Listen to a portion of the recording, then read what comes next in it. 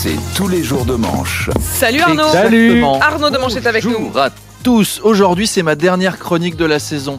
Une saison qui aura duré 10 mois, ressenti 42 ans. Souvenez-vous, on a attaqué, Biden était président, quoi. Préhistoire. C'était les Jeux Olympiques. Et après, voilà, Trump, Gaza, l'Iran, Israël. Et là, on en est à lutter contre les conditions climatiques prévues en 2070. C'était long. C'était le bon temps, septembre. Hein. Vous vous souvenez de septembre ? Apolline venait d'avoir son premier enfant. Manu Le Chypre avait les cheveux longs. Il avait un groupe de reggae conscient qui s'appelait Fuck the Capitalisme. Il chantait Mort à Babylone, Babylone Zion. On faisait des blagues à Charles Magnin sur son club de foot préféré d'Île-de-France, le Matra Racing, en se disant ça marchera jamais. Et à l'époque, Mathieu Béliard ne parlait même pas encore français. Il était là, yeah, welcome to RMC, I am Mathieu Béliard. God bless America, yeah. Allez, on parle un peu d'actu quand même. Un peu, on est là pour ça. Un jeune homme de 18 ans qui a été arrêté parce qu'il voulait commettre un attentat contre des femmes. Il s'est revendiqué de la mouvance masculiniste.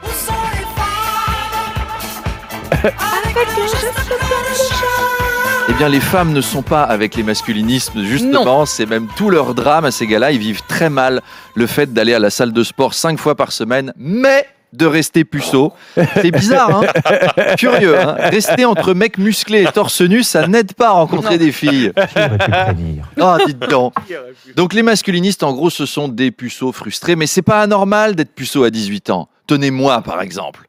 Bon, je l'étais pas, mais c'est juste parce que les prêtres de ma paroisse à Versailles... Oh non. Bref, les mascus veulent absolument pécho des femmes et en même temps, ils sont misogynes à en crever.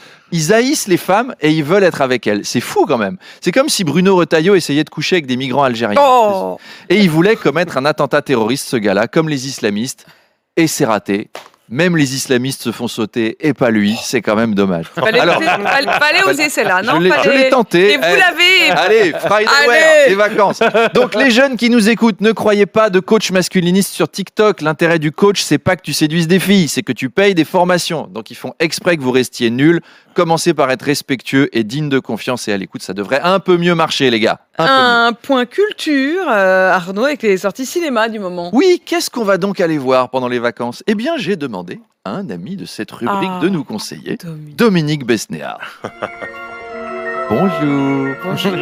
Ça va, Choupinette ? Ça va très bien, et toi ?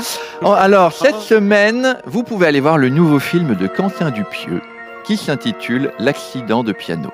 C'est le 13e film que Quentin Dupieux sort cette année, en 2025. Et il écrit très vite. Tenez, j'ai reçu sur mon bureau son prochain scénario, c'est une merveille. Je vous lis. C'est Philippe Catherine qui croit qu'il est un grille-pain Moulinex des années 70. Je suis un grille-pain. Alors qu'il se promène dans le désert californien, il tombe sur Gilles Lelouch qui se prend pour une tranche de pain de mie, escorté par 2 policiers qui parlent allemand. Gilles Lelouch qui a été arrêté pour avoir parlé à un pneu psychopathe. Ensemble, les 2 hommes décident de construire une statue de Brigitte Macron. On va faire une statue, elle sera toute nue, entièrement fabriquée avec des rognures d'ongles, mais ils se retrouvent confrontés à l'hostilité d'un boys band transgenre dirigé par Sandrine Bonner. C'est tellement Quentin Dupieux. Donc allez voir ça. Sinon, il y a aussi le film de Jean-Pascal Zadi, Le Grand Déplacement, l'histoire d'astronautes africains qui veulent coloniser une planète. Le film a déjà fait 100 000 entrées, dont 80 000 uniquement par les partisans d'Éric Zemmour qui n'ont jamais rien vu d'aussi beau. Des Noirs qui partent volontairement sur une autre planète. Ils en chialaient, les gars. 17 millions de budget, dont 16 millions apportés par Vincent Bolloré. Alors, c'est une petite confusion de sa part, parce qu'il croyait qu'il allait financer une vraie fusée, lui, pour envoyer vraiment les Noirs sur la Lune. Il se disait, ouais, la convergence des luttes, en fait, c'est pas mal, j'aime bien. Voilà, c'était ma dernière chronique de la saison. La saison se termine. Merci à tous les auditeurs. Je voudrais remercier Romano et Romain qui nous ont envoyé ce beau portrait de nous. Je vous le mets dans les écrans. Ah oui ? On peut voir Arthur Chevalier avec son bonnet de Napoléon, Mathieu et Charles, les frères Chignon avec le t-shirt du PSG et tout ça, Apolline de Malherbe, du Stade Malherbe du Mans, Angela Merkel et Emmanuel Le Chypre, et puis moi qui chante. Et il y a même Kevin Le Chypre tout en bas à droite. Oh non, Voilà, excellent. vous pouvez Kevin l'admirer sur RMC Story, pendant que je remercie aussi tous ceux qui m'ont aidé à écrire la rubrique cette année. Donc Frédéric Pouillet, Muriel Romagid, Dan Gagnon, Guillaume Conche, Walter et Cristal Clément Tekeloun. Merci de m'avoir aidé. Je vous embrasse tous. Profitez bien de l'été. Merci Manu, merci Charles, merci Mathieu. Apolline, je suis tellement triste de vous abandonner comme ça. Vous avez été une capitaine d'équipe formidable cette année. Abandonné.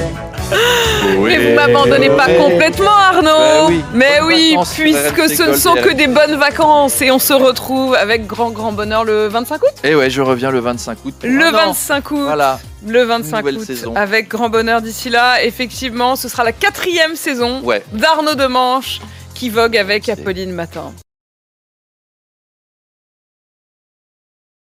RMC. Demanche pirate, le face-à-face. Salut Et Arnaud. bonjour. C'était passionnant. Vous savez que j'ai un œuf de dinosaure chez moi? Mais non. Ouais, pour de vrai. Et vous avez peur qu'il éclose Ben, on le couve avec ma femme Ah oui. depuis très longtemps, mais Millions d'années. elle est fille de paléontologue, donc on a des fossiles de dinosaures plein la maison. Ah, j'adore. Le face à face. Rien à voir, le face-à-face. Ouais. Tout à l'heure, mon invité sur AMC BFM TV, c'est le président délégué du groupe RN à l'Assemblée nationale, Jean-Philippe Tanguy. Oui, c'est le monsieur économie du parti, donc c'est un peu le Manu Le Chypre du RN finalement. Ah oui. Enfin, juste pour l'économie, hein, sinon c'est pas les mêmes. Manu ne deviendra jamais Jean-Philippe Tanguy. Ça ferait tellement bizarre. Silence au nom de la France silence. Ce serait curieux. Alors ce matin, Exceptionnel. C'était bien. ce matin, on va parler de millions et de millions d'euros, car le RN et ses alliés se retrouvent au cœur d'un nouveau scandale de détournement d'argent public du Parlement européen. Bienvenue dans Qui veut détourner des millions? Donc c'est une deuxième affaire, selon une enquête du Monde en collaboration avec l'émission allemande d'investigation Kontrast, avec aussi le magazine allemand Die Zeit et avec l'hebdomadaire autrichien Falter. Eh ben, la dernière fois que les Français, les Allemands et les Autrichiens ont collaboré, c'était pourtant pas au détriment de l'extrême droite. Arthur Chevalier confirmera. Alors ils sont accusés d'avoir indûment dépensé plus de 4,3 millions d'euros entre 2019 et 2024. Encore des sous. Ça va finir par faire une série sur Netflix, ça. Après Arsène Lupin, Omar Sy incarne Arsène Le Pen. Oh. Le nouveau Le Pen spécialiste du braquage. Je suis Arsène Le Pen. Oh, des sous. Déguisons-nous en assistant parlementaire. Oui, mon Omar Sy, on dirait un peu Homer Simpson, mais bon, c'est les vacances, allez. En tout cas, est-ce que ça va nous faire des nouveaux condamnés, tout ça? Ce serait sympa, les comités de direction du RN, s'ils sont tous sous bracelet électronique. Alors, je vous ai réunis ce matin. C'est qui bip? C'est qui? Non, c'est mon bracelet ou c'est ton bracelet? C'est le bracelet de qui bip là? Non, c'est toi qui bip. C'est toi. Ou alors c'est Louis qui bip? C'est qui bip? Ça va être relou les réunions là. Alors le RN se prépare aussi à une possible dissolution de l'Assemblée nationale. Si c'était cet été, ce serait vraiment relou pour Jean-Philippe Tanguy parce qu'il devrait repartir en campagne. Voilà. Notez, ça pourrait être pire. Avant d'être au RN, vous savez où il était, Jean-Philippe Tanguy? C'était pendant 8 ans le bras droit de Nicolas Dupont-Aignan. D'ailleurs, le bras droit d'un bras Notre cassé, grand ça doit ami. être douloureux quand même.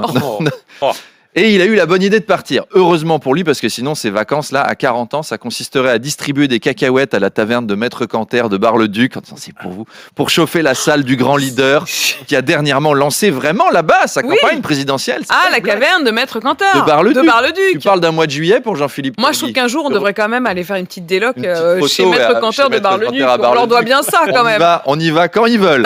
Allez, à tout à l'heure. Rendez-vous avec Jean-Philippe Tanguy à 8h30. Exactement, et on vous retrouve de toute façon avant À cela à 8h20. 8h20.